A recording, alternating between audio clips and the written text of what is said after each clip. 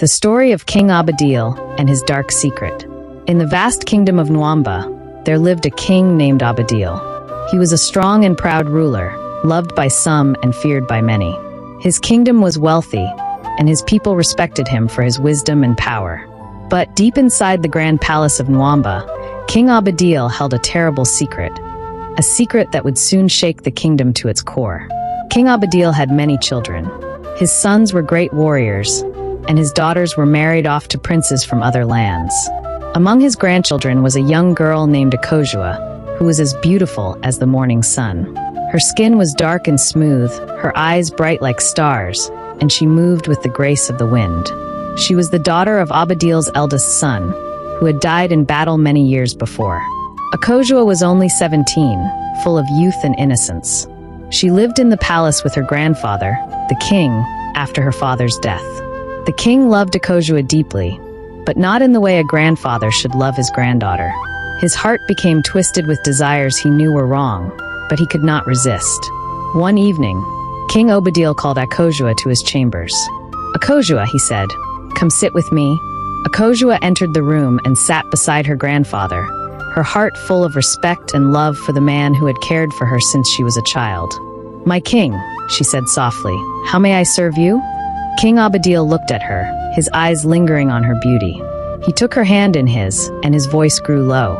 "You are a woman now, Akojua, no longer a child. You are the most beautiful woman in this kingdom." Akojua smiled, not understanding the weight of his words. "Thank you, grandfather. I am honored by your kindness." The king's grip on her hand tightened. "You deserve more than kindness. You deserve love, Akojua. You deserve to be cherished."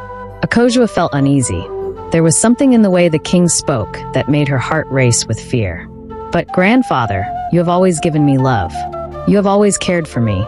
King Obadele stood up and walked towards the window, looking out into the night sky. "The love I speak of is different, Akojua. It is the love between a man and a woman, not a grandfather and granddaughter." Akojua's eyes widened in shock. "But grandfather, you are my blood. Such love is forbidden." The king turned to her, his face hard. "I am the king. No law is above me. No one tells me what is forbidden." Tears welled up in Akojua's eyes. She did not know what to do. Her grandfather, the king, was not just any man. He was the ruler of the land, the man everyone feared.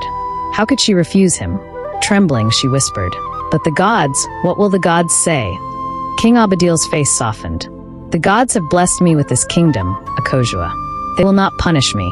You and I, we can keep this secret. No one will know." Akojua was trapped. She felt helpless, caught between her fear of her grandfather and her sense of right and wrong. And that night, the king took advantage of her youth and innocence, and their secret was sealed in the darkness of his royal chambers. Days turned into weeks, and weeks into months. Akojua carried the weight of their dark secret in her heart, feeling more and more distant from the world. But soon her body began to change. She could no longer hide it. Akojua was pregnant.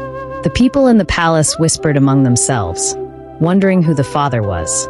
No one dared to ask her, for she was the granddaughter of the king. But rumors began to spread throughout the kingdom, and it wasn't long before the truth reached the ears of Nana Ya, the old and wise queen mother who had once been the wife of King Obadele's father. One evening, Nana Ya summoned Akojua to her chambers.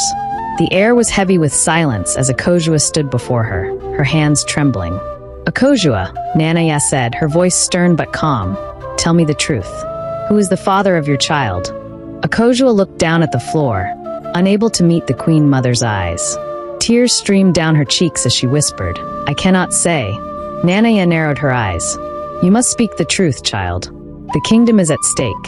Who has done this to you?" Akojua sobbed, her heart heavy with shame. "It was the king." Nana Ya gasped, her face filled with shock and anger. "The king? Your grandfather?" Akojua nodded, unable to hold back her tears. "Yes, Nana Ya. It is true." Nana Ya stood up, her hands trembling with rage. "This cannot be. The king has betrayed the kingdom, and the gods will punish us all for this sin." The queen mother knew that something had to be done. She gathered the elders and the wisest men in the kingdom, and they all came together in secret to discuss the king's terrible crime. They knew that if the people found out, it would destroy the kingdom, for a king who broke such sacred laws could not remain in power. The next day, Nana Ya went to King Obadele's chambers. She did not bow to him, for she was filled with the anger of the gods. "Obadele," she cried, "you have committed a great sin. You have broken the sacred laws of the land and defiled your own blood.